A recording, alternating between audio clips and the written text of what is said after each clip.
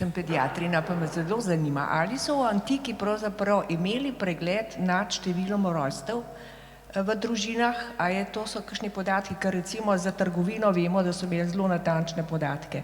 Ali je bilo to mogoče kaj zaslediti, da so imeli pregled nad tem, koliko otrok se je recimo rodilo? Problem je v bistvu v tem, da se otroci legalno ne obstajajo, preden dobijo ime. Se pravi, preden so punčke stare 7 dni, infantje 8, se jih ni imenovalo, ker je bila smrtnost do te starosti pač dovolj visoka in v bistvu pravno gledano sploh ne obstajajo. Tako da že to v bistvu onemogoča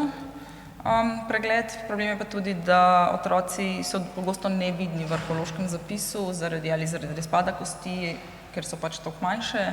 in v bistvu ne moramo čisto statistično dobre slike dobiti, kaj se je z njimi dogajalo. Zdaj predvidevamo, da je bila smrtnost precej višja, kot jo vidimo iz pisnih in arheoloških virov, ampak koliko višja je pa spet drugo vprašanje. Če lahko, kam imam jutri prispevek na to temo, ocene smrtnosti so tam nekje med 20 in 40% za prvo leto in ideja je, da samo vsak drugi živorojeni otrok dočaka 10 let starosti. Zdaj, kar se pa tiče vašega prvotnega vprašanja, kar se tiče natalitete, ja, pa to je tako, kot je Kaja rekla, težko oceniti, plus je predvsej odvisno od statusa tudi, neke ideje o kontroli rojstev pri ženskah iz recimo elite pač obstajajo, ja.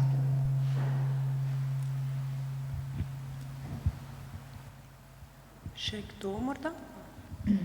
Ja, jaz bi samo nekaj povedala v zvezi z Galenom, ki je bil zelo navdušen zdravnik in raziskovalec in je zanimivo, ko pač piše v raznih svojih spisih, kakšna frustracija je to, da je bilo pri njih pač prepovedano raztelešanje trupel, to je pač veljalo za desekracijo trupla.